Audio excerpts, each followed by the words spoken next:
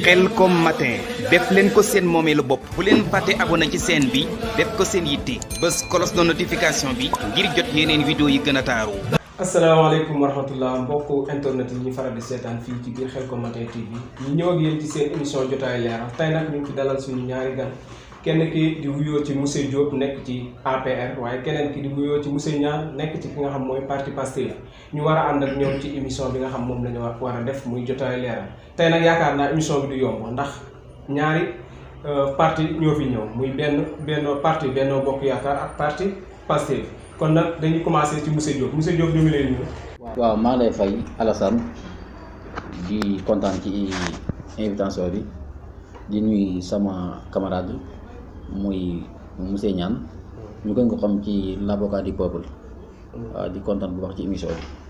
waaw ñu ngi lay jaajëfal monsieur Diop monsieur Niang ñu ngi lay nuyu. waaw c'est Alassane ñu ngi lay fay nuyu bu baax a baax di nuyu waa Sénégal ak waa diaspora bi fu waaye mënta nekk du ñu seetaan fii ci Khelcom matin TV ñu nuyu bu baax di la ziar. waaw jërë ngeen jëf ci nuyoo bi am na solo kon xam naa dañuy gaaw rek dugg ci li nga xam ne mooy biir waxtaan bi ku ne xam na ni réew mi scandale bi nga xam ni dox na ci diggante ñaari parti yi Benno Bokk Yaakaar ak parti bi nga xam mooy Pastef ku ne gis na scandale bi monsieur Diop fan yi ni mu yëngalee réew mi kon monsieur Diop bu ñu bëggoon nga indil ñu ci scandale bi maanaam lan moo ko waral ba tax ci diggante ñaari parti yi rek ci lay faral di amee mu mel ni parti Yewwi Askan Wi ñu koy wax Pastef waaye ak parti bi nga xam mooy Benno Bokk Yaakaar mais am na yeneen parti yoo xam ne bokk nañ ci ba tey mais kenn gisul ñoom ñu teg leen bët yéen daal buñ dafa mel ni yéen da ngeen a teg ñi nga xam ne mooy parti Pastef bët ba tax na mbokki internet yi di laaj loolu kon monsieur Diop loolu lan nga ñu ciy wax. waaw merci beaucoup maa ngi kontaan. di sa xam sa laaj bi am na solo sa daan ci sawar a tontu bu baax a baax waaw ñun ñi nga xam ne pour l'instant ñoo nekk ci nguur gi. yaakaar naa depuis ñu commencé 2011 ba léegi bonne gouvernance rek la ñu gis waaye nag da diggante 2016 ak léegi dafa am benn opposant bu fi dikk rek bëgg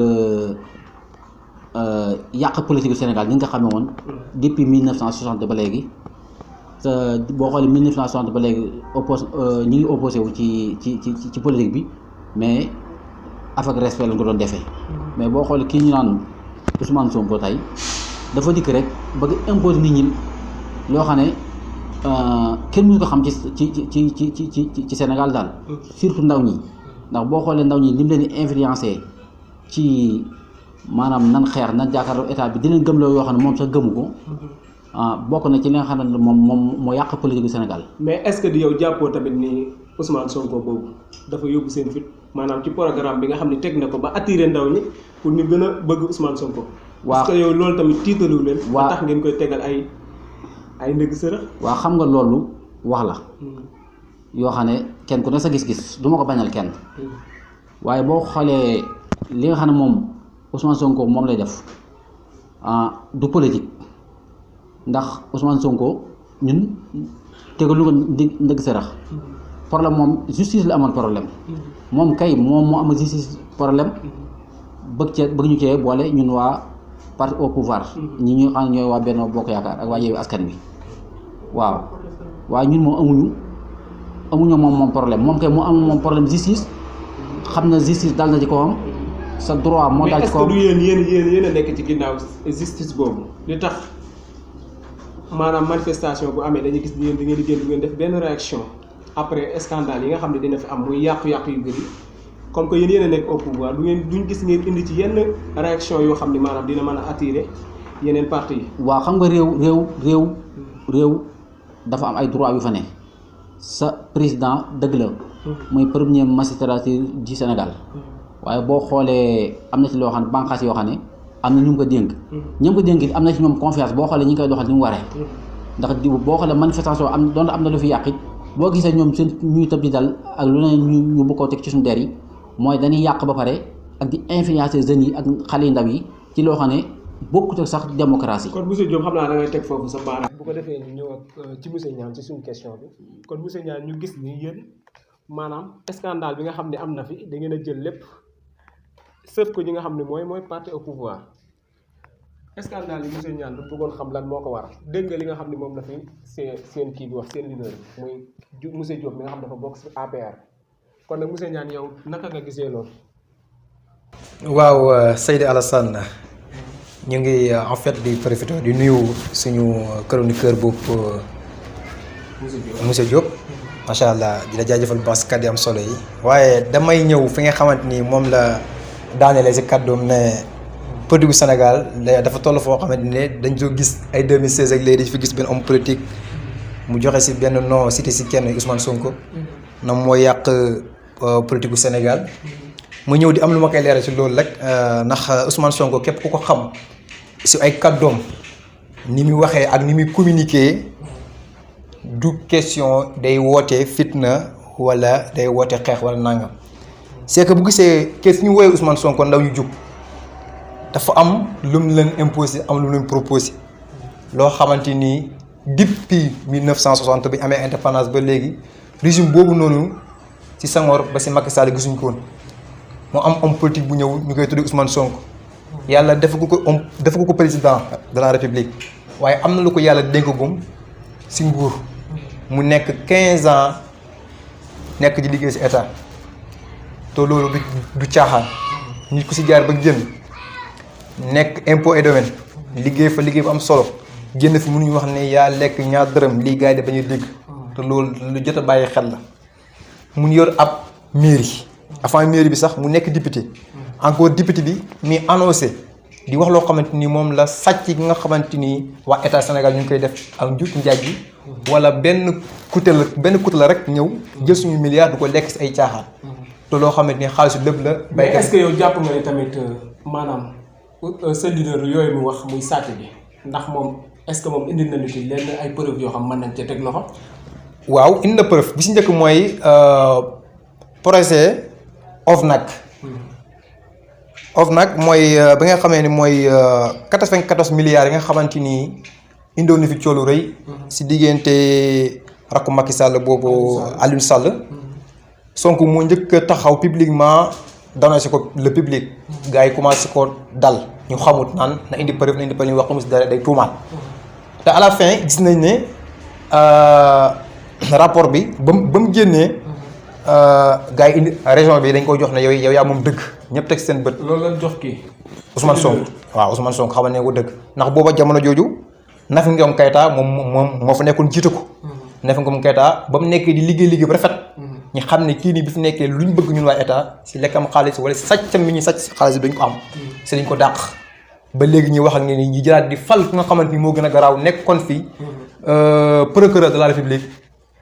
Bassirou Gueye lañ fi jël teg ko fa xam nga loolu mooy ñoom jëluñu décision pour defar ndax yow Bassirou Gueye ku ne xam ne lu mu nekkee woon si justice di fa jalgat di def loo xamante ni tëddiwul njaxanaay nga jëlaa ko du ko tegaat si bopp OFNAC loolu mooy raay mu OFNAC ba mu dee Sonko nag fi muy daanee fu may daanee leen lu wax Sonko si laay ñëw Sonko wutu kenn kaay xeex enquête ndax gis nañ manifestation yi fi ne waaw manifestation nekkul ne am manifestation pacifique génn réellement wax loo naqari ci réew mi doo sànni xeer doo lakk kër ndax gis nañ bu am Kër Massar boobu biñ ko autorisé ñëpp am jàmm dañ koo def ci facilement def ko ñibbi amul benn coow bu Mbàkke bi nag biñ ko defee ñu ne duñ ko maye may autorisation la coow commencé am kon loolu yow war nga ci am ñaari jàngat ne ñii luñ bëgg loo xam ne ci droit moo leen ko may réewum démocratie am na droit bu gisee lu ko naqari mu génne manifesté wu facilement te ñun loolu ñu doxalee. mais est-ce que yow jàppoo ni sa leader tamit ba tey dafa joxul li nga xam ne mooy parti pouvoir bi cër ndax bu ñu gisee lu ci bëri ci manifestation yi parti au pouvoir da leen di arrêté loo seen manifestation moom téewul ni day génn pour jéem a manifester wu pour woo tamit jeunesse bi ñu gën a attiré wu pour di yàq ndax gis nga fan yi passé yàq gi nga xam ne amoon na foofu. ba ci Dakar dem dikk yi nga xam ne loolu lañ taal mais loolu yow jàppoon ni sa leader maanaam ñàkk respecté koo xam ni ñàkk jox ko cër koo xam ni joxu ko état loolu tamit dina indi scandale bi nga xam ne moo am ci réew mi fan yi comme ni ko monsieur Diop waxee sànq. non ku xam Ousmane Sonko xam tamit tuuti histoire Sénégal politique. xam ne li muy def droit moo ko may ndax bi amee fàttaliku jamono 2011. boobu Abdoulaye Wade moo nekk ko président. Macky Sall gis nañ ne am na manifestation yu amoon. moom bokkoon na si ñu bokkoon def manifestation. à la place de la nation. image ñu ngi fii fa taxaw publiquement ne Abdoulaye Wade lu mu bëgg def si réew mi duñ ko nangu. troisième mandat du fi am. Abdoulaye Wade moomul réew mi. ba mu wootee manifestation ñi gis image bi mi ngi bokk mer gàddu gi ñu tëdd noonu na moom Abdoulaye Wade lu mu bëgg def su ko defee moom day fanaane ji place de la nation. ngir loolu noonu loi Sénégal mayit ko ko. kon loolu nga jàpp ni sa leader loolu lay xeex. loolu lay xeex comme ko xeexoon moom. loolu lay xeex encore une fois beneen bi. manifestation mais xam naa da ngay yemale foofu noonu comme nga teg foofu sa baaraam après ñu dem ci Moussa Diop Moussa Diop comme que dégg nga sànq ni ko leader bi kii waxee Moussa Niang mu bokk si Pastef ni nga xam ni noonu la ko waxee ak dal gi nga xam moom la leen dal yow naka nga gisee li nga xam loolu la wax. waaw Alassane dama koy rectifier tuuti rek ci li mu wax. lay wax na ñoom daanaka ñoom li ñuy wax xamuñu ci dara. sax xamuñu sax état de droit nan la war a fonctionner. moo nekk ci ñoom xamuñu ko xam nga boo xoolee léegi ñu ne 94 milliards. di ko wax ki nga xam ne mooy Aliou Sall. sa 94 milliards sax ñu ngi koy jënoon ki nga xam ne mooy Mamour Diallo. ndax boo xoolee Aliou Sall def naa jineen nañ ko leneen lu bokk loolu. mais Aliou Sall est-ce que du moom lañ jiinoon ci wàllu 1000 milliards yi ci wàllum pétrole bi. sa yaakaar naa boobaa léegi kenn mun laa wax compte bancaire baa ngi nii. wala fii la ko signé. boo xoolee 94 milliards yooyu Sonko ci ay wax la ko teg. tegu ko ci benn papier boo xam ne leeral na xam nga wax politiquement dafa yomb. say loolu da nga koy nangul ndax danoon nekk ci cadre bu nekk ci cadre politique da nga koy nangul. waaye boo gisee mu génn jeunesse bi ci affaire Mame Mbaye Niang bi. yorul benn document ndax bu yoroon document dañuy may dem justice bu demee teg ko waaye amul benn firnde sax xam ne bu demee yoon dana ko daan moo tax mu naan population bi il faut ñu résister. résistance boobu muy woo jubluwu ci pour def réew mi pour yàq réew mi rek la ciy jublu. waaw yow da nga jàpp ni résistance boobu muy woote maanaam pour violence bi nga xam moom lañ koy ji. mais pour intérêt boppam rek. da ciy jublu bu fekkoon dañuy. résistance foofu duma may nga jàll. waaw may ko mu àggale. non duma ko may mu jàll après maa ngi ñëw si yow. lu mu bëgg a wax. may ko lu mu bëgg a wax leaderum moo ko njëkk a def. lu mu bëgg a def leaderum moo ko njëkk a def mooy li ma la bëggoon a lu ma bëggoon développé sànq nga dagg ma. mooy li ma la waxoon ne moo xewoon 2011. ba gars yi di manifesté wu. Macky Sall moo dem doxal boobam ba sàngal kaam. mu ne leen lu ngeen def maa ngi see encouragé pour ngeen gën a continuer. manifesté wu leen. mu ne nag leader bu demee ba xamante ni ray moo ko dese. kon kooku moom mi ngi xam ne moom léegi ay état am jeex. kon kooku waratu moo taxawaat tey ku mel ni opposant bu mel ni moom taxaw tey. di taxaw nu mu taxawee woon ngir di xeex bépp jaay doole gu nekk ci réew mi. moom mi taxaw bëgg ko liquité. kon lii da ngeen a jàpp ni yéen daal ak jaay doole la. ak jaay doole bu mag la. ci ndaka noonu. ndax Ousmane Sonko fu mu daanee sànq mooy woo nañ ko. parce que Mame Mbaye Niang bi muy wax Ousmane Sonko loi may na ko ñu convoqué ko. mu ne bu ma neexee sax man du ma dem ay avocat wala man nañu dem teewal ko lu siis bi dossier décidé ñu xam ne noonu la. beneen bi point bi mooy Ousmane Sonko yoonam may na ko ñu convoqué ko mu ne yoon bu ma neex laay jaar wala ko tàllal yoon. beneen boobu mooy ñaareelu tooñ. beneen tooñ bi mooy Ousmane Sonko jug na beneen muy wuy ji. ñëpp saa ne image yi. mu génn sur point bi surtout. nga gis benn oto nervi bu balan ñëpp teg seen bët. dugg si biir convoi bi. jaxasoo police yi bu ko jaxasoo gendarmerie yi. mais est-ce que du yéen a woo woon population pour ñu génn est-ce que du loolu ñoom ñoo tax ñu départ ñëw. foofu booy xool. gars yi départ guñ sax. gars yi demaguñ fenn soreeguñ booba population bi ñëwaguñ bëreeguñ. image yaa ngi fi ne ko tegal ñëpp ñëpp di ko seetaan.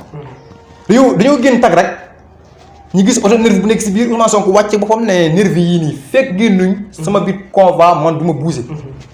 gars yi négligé mais foofu xam naa da ngay yem foofu rek nga bàyyi Diop mu defal. waaw da koo dagg. après ñu ngi ñëwaat si yow. kon monsieur Fall.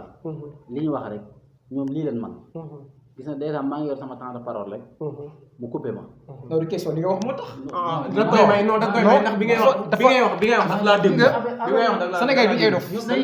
ñoom Sénégal duñ ay dof. non non da koy booy wax dañuy jàppale askan bi. am nga temps pour parler am nga temps. du question dañuy jàppale askan bi. kenn tribunal moom li mu def am na droit sax bu dem mu war. say Sonko moo taxaw fii. stade Amadou Barry bu Guédiawaye na gendarme yi li ñu ko jëkkoon a def wala waa biir li ñu ko jëkkoon a def dugal seen oto yooyu moom dem na ba xam ne kaaraangeem li ñu doon sàmm kon que deuxième fois bu ñu ko imposé wax na ko jaarale fii na jàpp ne kaaraangeem lañ doon sàmm mais est-ce que du moom jàppul ni tamit gars yi bu ñu ko ci dugalee mën nañ koo def ndax ñu ngi gis ni pompe à gaz bi nga xam moom lañ ko def pompe à gaz ka ko def mën naa bokk ci ñoom mën naa bokk ci ñoom mais est-ce que ci ñoom la bokk tamit waaw dama ne man ñëw mën naa bokk ci ñoom wala mën naa bokk ci koo xam ne moom maanaam bokkul sax ci suñ parti ñun ndax am na loo gis am na ñu yàq loolu xëy na sa pompe à gaz boobu sax est-ce que c'est vrai est-ce que dëgg la ndax déjà non monsieur Niang docteur Niang prouvé gu moom docteur Niang nee na woon liquide kii empoisonné la xamuñ lan la sa ba léegi mais damay dégg sax ñu ni beneen xamuñ lan la non docteur Niang moom mi ko wax docteur Niang mi ko wax déjà arrêté na ko sa amul ci benn justification bu leer bu mën a joxe ba fii may waaye léegi foofu noonu waaw non may ko mu développé après nga ñëw waaw amul benn justification bu mën a jox bu leer Sonko boo gisee muy génn ndaw ñi moo la gën a xam ne projet bi bu demee jàkkaarloo Mame Mbaye Niang Mame Mbaye Niang daan sax xam ne bis nga daane mais est-ce que jàpp nga ne bu jàkkaarloo Mame Mbaye Niang tamit day perte waa léegi ba xam danoo xam dana xam ne dana perte ki nga xam ne moom xëy na 8 heures moo fekk moom mi xam ne moom day jablu si askan bi naan fii laay jaar mais est-ce que du moom tamit kooku li mu bokk ci parti pouvoir moo tax mu dem 8 heures déjà avant projet bi taxaw na man fu ma neex laa jaar xam nga déjà kooku rek ma ngi commencé indi attroupement ci kii bi ci penc bi ndax avant ñuy départ rek ma ngi commencé provoqué yow ay lu suñ kii bi suñ institution il faut ñu respecter leen lu metti il faut ñu respecter leen bu na laa jaar fii yow da nga faa war a jaar ndax am na condition yoo xam ne tey bu ci Sonko nekkoon ñoom rek ñoo ko ci mën a génne parce que Sonko boo xoolee dafa respecter institution kii bu réew mi sa moom bu demee ba sañ a taxaw wax institution yi normal moo sañ a taxaw moo kon monsieur Niang yow mën ngaa ñëw dugg comme li ngay intervenir non monsieur Diop dafa mel ni moomu dafa desee chiffre l'information maa ngi chiffre ndax c'est que lu ma koy wax maanaam Ousmane Sonko lépp li muy wax waxu duwaar xam nga maa ngi commencé leeral naan yoon bu wuy ci yoon bi ma commencé limal ne ñaar yoo xam ne provocation yu ñu comme gars yi koy def nervi li muy wut si ay policiers ak gendarmerie nervi du métier entraîné ba toll la neex ñu recruter la di leen fay xaalis nga ñàkk dignité ñàkk bëgg si intérêt ñàkk topp mais est-ce que tamit ki mu gis nervi la est-ce que ki mu gis nervi la tamit nervi la déjà ñoom ñi ngi rey koo xam ne nervi ñoom dana am nervi la même terminé sa ban biñ koy rey même terminé Bamba Fall moo ko jëlal pour mu aaral ko li nga xam ne mooy maire Médina waaw monsieur Diop may ko mu àggale après ñu ngi ñëwaat yow ku ngay wax aywa monsieur Niang loolu ku ngay wax loolu beneen la oto ñëpp ko gis man damay laaj Sénégal lu fi nekk ci police ak gendarmerie bu nekkee ñoom mënuñ tenir oto Ousmane Sonko aar ko bu yóbbu ko biir tribunal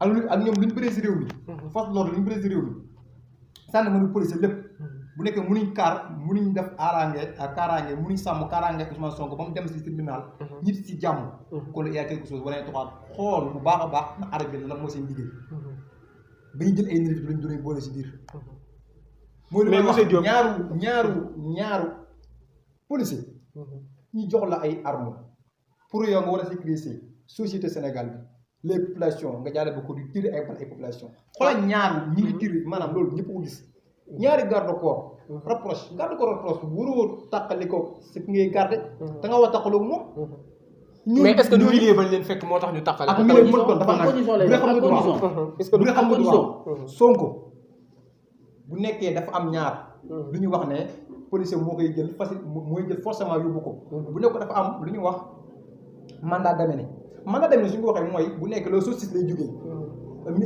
juge bi moo koy bind xamal nag mais moom est-ce que tamit jox na kii comme ni ko waxee sànq respecté ne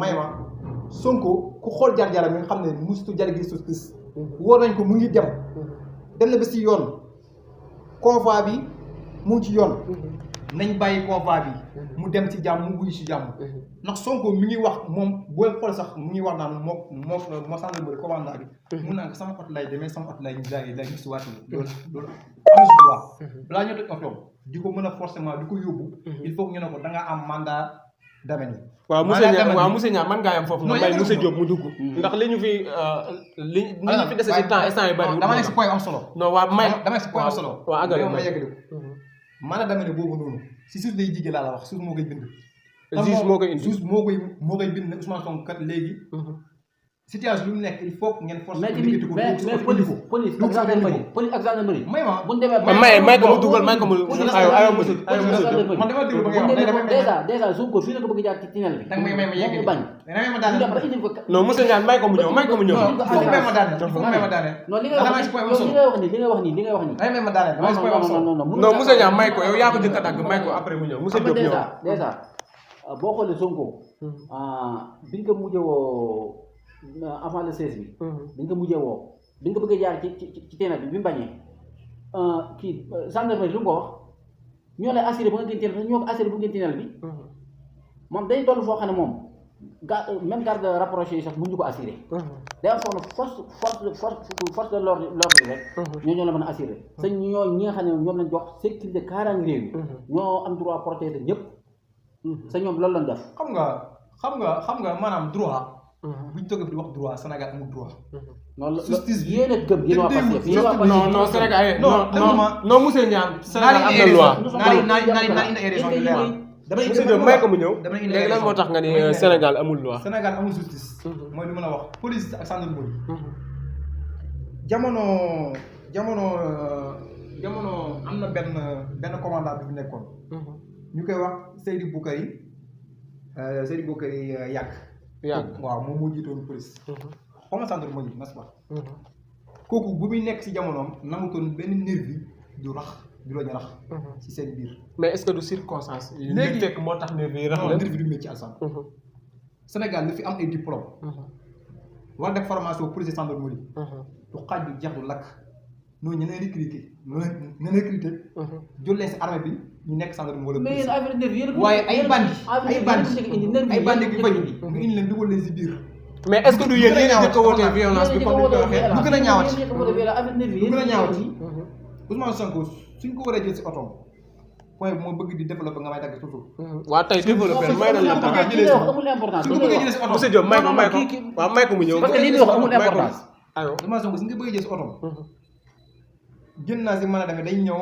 waxtaan ak moom waxaw kat situation bi nga nekk nii kat ñun ñu jël la yóbbu la muy ëpp avantage mais est-ce que yow waxtaan nga ak ñoom tamit monsieur Diop may si droit nga ne ndax soo boo déggee image ko seetaan da nga dégg mi wax ak commandant bi naan ko est-ce que man damaa nekk si état bu nga xamante ni man damaa war a forcer yóbbu ma waaye ne ko non non nekkul si état boobu noonu mais demal ñoom waruñ toj oto maanaam mais demal lu amoon le 16 février ñu mos ko mu dolli loolu ñu bëggoon tulli daal le 16 mars ndax dafa am nañu bëgg si Ousmane Sonko am nañu bëgg si Ousmane Sonko mais ñëpp teg nañ seen bët mais est-ce que du yow yaa jàpp ne ñoom dañoo am luñ bëgg rek dañ ko bëgg sàkkal pexe ndax ñun Macky Sall ku xam lii régime ñu doxee képp ku fi taxaw nekk opposant mu xam ne kii dana ma sonal mu xam ne kii dana ma sonal dana jëm a liquider jëm laa sàkkal pexe ndax la preuve mooy Khalifa Sall kenn xamu si ni mu ko dëjee si ñàkk fayda Karim Wade te ñu ko bu heure bu leen neex ñu génne ko yóbbu ko Qatar mu ñuy wax yenn condition lañ ko génnee kon Ousmane Sonko suñ ko dee première fois dafa que deuxième fois ñu foloo ko seen xel bon bii te instant bii Ousmane Sonko ku ñu ne léegi génn na àdduna yàlla bu yàlla dogal du bett kenn ndax loolu mooy violence bu gën a garaaw beneen bi mooy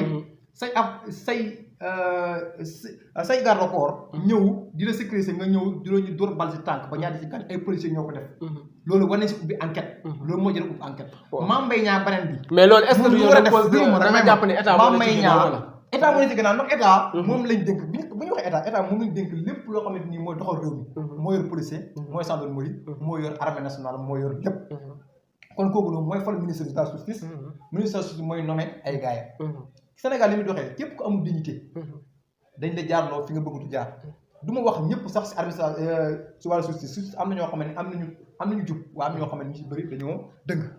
loolu yi wala waaw suñu technicien bi sax mu ngi ñuy signalé li ñu mayoon ci temps léegi mu jeex kon xam naa dañuy may monsieur Diop rek. mu dugg intervenir ci li nga xam moom la monsieur Niane wax. waaw li ma ko bëgg wax rek. moom li ma wax ci dañuy diaboliser ñoom. mooy li wax léegi ndax boo xoolee ki nga xam ne Khalifa Sall moom yoon ko jàpp ndax kees la détourné. non détourné wut de. kees la détourné. da nga gisee boole détourné wut. non dañ ko moom xam nga li wax moom fa mu jàppoon. non may ko mu àggale moom fu mu jàpp du jàpp waay ndax lu wax maire yi fi jaar nii leen doon doxale xam nga li du dëgg même ña koy def am ñu ko doon def fi jàpp nañ du dëgg. deuxièmement Karim Wade ñaata milliards lañ ko tuumaal fii. ñaata milliards ay milliards ay sax. am na loo xam li ñu bëgg noonu xam mooy Karim Wade yéen yenn condition. am na loo xam ne sax jot nañ ko récupéré ko génne nit boo ko tëjee ba génne ko war nga ko wax lii moo tax seen nga wecci yor toppatoo dara lii mu ne toppatee muy nii. non xam nga benn argument yu leer loo xam ne moo tax ngeen génne ko. waaw dégg nga ko monsieur Diop àggale. moom moo ci mën a wax dara parce que ñun am na ci foo xam ne du suñu cër sax ñuy wax. parce que ñu dañoo respecté suñuy institution. institution doxul ñu bokk ñu yéen.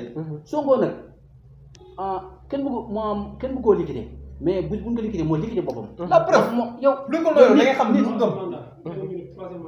waaw point boobu waaw moom la ñuy yow nit man du ma yor sama jabar ak samay doom ak samay rak ak sama papa xëy suba ñuy seetaan télé ñoo ma damaa détourné ay 29 milliards yoo xam tegul fenn te kii ko am fenn fa ko teg. mais monsieur Niane boo xoolee may ma maagale boo xoolee ku mel ne Bouga sax man nga xam na tane na lu bon ba li ñu wax xam na ko justifié loolu du dëgg sax waaye xam na ko justifié waaw monsieur Diop kon xam naa moom tegu ko fenn waaw dañuy yemale fii nii rek point bii nii ba beneen émission insha allah léegi dañuy ñëw laaj la ci problème mu 3e mandat bi ndax ñu ngi wax ne yéen ba léegi waxagoo leen lu leer ndax da ngeen di posé wala posé wu leen. waaw xam nga 3e mandat président li ñu wax lu leer la maam ci juridiquement yoon may na ko mu posé.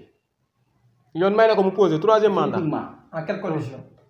yoon na ko may. si ban si la ko yoon mayee. ban circonstance la ko mayee. maanaam. article 26 kan moo fàtte wala yow jàng may ko référendum bi ñu tëgg. nga xam ne moom moo ko def ba nga xam ne kenn mënu ko changé. 2007 bi ñu ko tëgg boobu mandat 7 ans bokk ci. mi ngi waroon commencé ci mandat 2019 bi ba 2030 bi. ah pourquoi mandat 7 ans bokk ci. parce que référendum bi ñu koy tëgg. loolu moo nekk ci kayit yi. kon waaw monsieur Niane nga ñëw foofu noonu.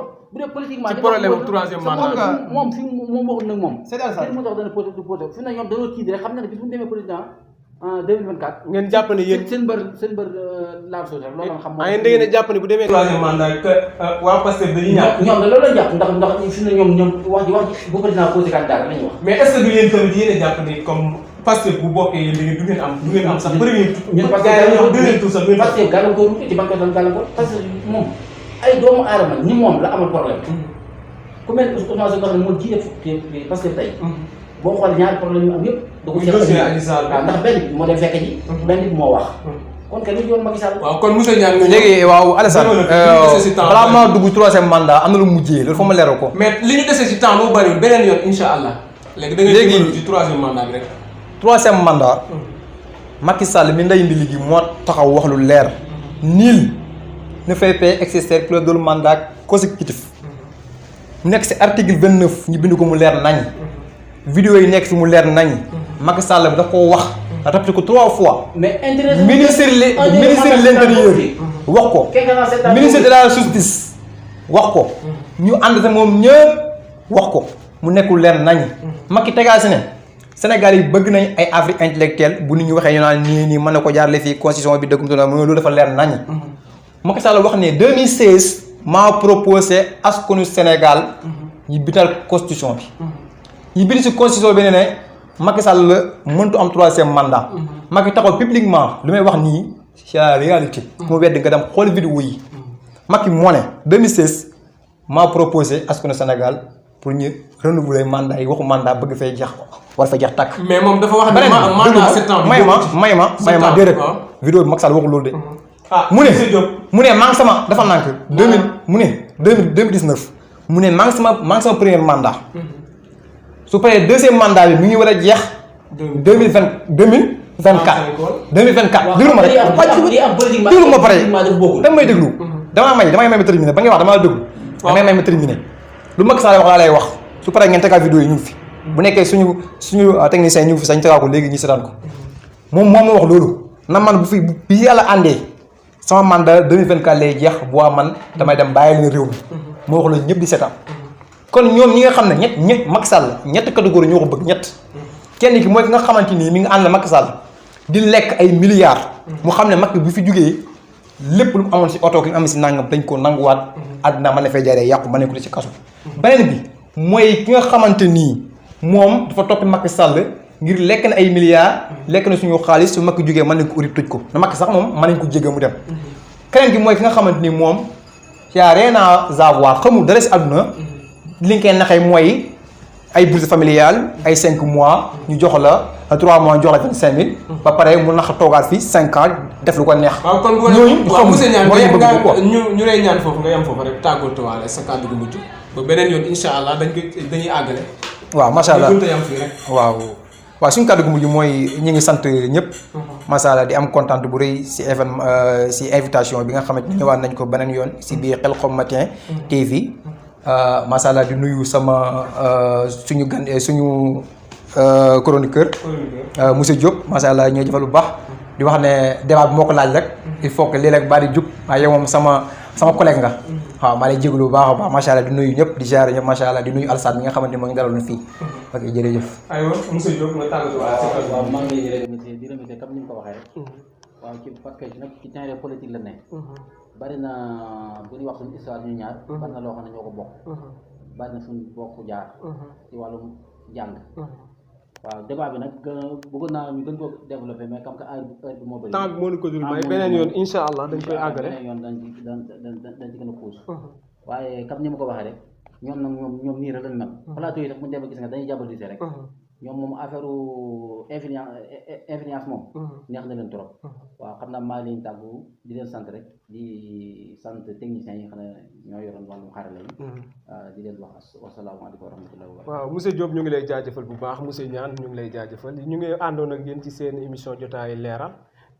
ñu invité woon ci monsieur Diop ak monsieur Niane gis ngeen jotaay politique bi nga xam moom lañ fi wax mu nekk lu am solo politique nag moo ko woote moo taxit kàddu yi tàng yi xaw naa tàng lool mais jotaay politique bi moo demee noonu comme ni ko monsieur Niane waxee kon xam naa mbokk yi dañ leen dox yemale fii suñu kàddu rek di remercier suñu caméraman Fallou moom mu nga xam technicien bi ak Seydina Ousmane ñoom ñi nga xam ñoo nekkoon ci caméra bi ba lépp sotti lépp jaar yoon kon dañuy yemale fii rek suñu kàddu ba beneen yoon incha allah leen jaajëfal kon asalaamaaleykum wa rahmatullah Khelcom Matin def leen ko seen moomeelu bopp bu leen fàtte abonné ci chaîne bi def ko seen yitte bës cloche de notification bi ngir jot yeneen vidéo yi gën a taaru. Khelcom Matin officiel di tànneefu Serigne Saliou moomeelu askan wi. leen gën di abonné tey partage ci vidéo yi tey laal ko